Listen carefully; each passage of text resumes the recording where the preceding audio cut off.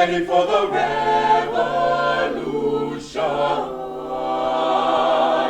It's coming to you now. It's coming to you now. It's coming to you now. It's coming to you now.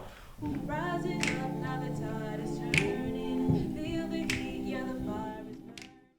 I've always been a music major, and I got out of music because of a bad experience with a teacher. How about that? A music teacher. And I left music in college and changed my major to business. Well, how I got into education, my daughter, she was having problems with her teacher at school. And I didn't like that. And so I told my brother I'm quitting my job to go and find out what's going on with my daughter. So I started volunteering at the school in her classroom to make sure that my daughter was going to get the education that she needed. And I said, oh my God, I missed my calling. I should have been teaching all this time. This is where I belong. This is where my heart is. Because I always had a passion for music. With Ms. Dawson, she's more than a teacher. She's more like a family member to me.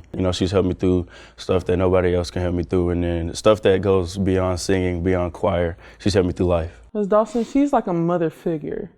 She has a kind heart. She's a very open person.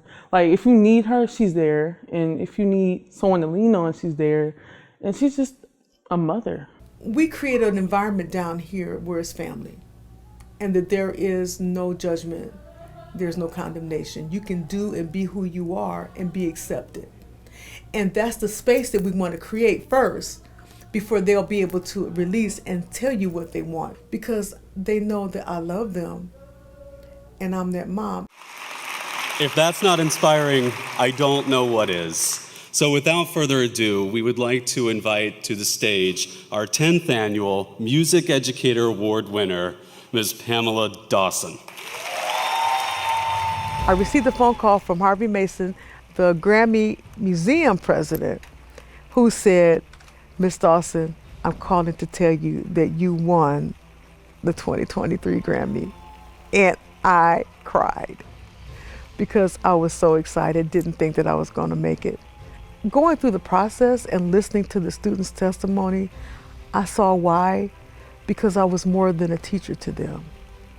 I was their confidant, I was their counselor, I was their mentor, and I was their mom. I'm looking forward to my retirement. Like I said, it's just really funny we're talking about that, because I was on the calculator like, so where am I?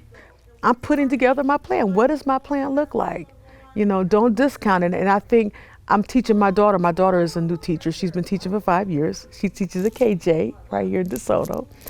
And I'm trying to get her to put her plan together. What do you plan to look? I said the years are going to fly by like the wind, okay? And the time is going to go past, and you're going to say, what am I going to do? And I want to be prepared. And that's what TRS is here for.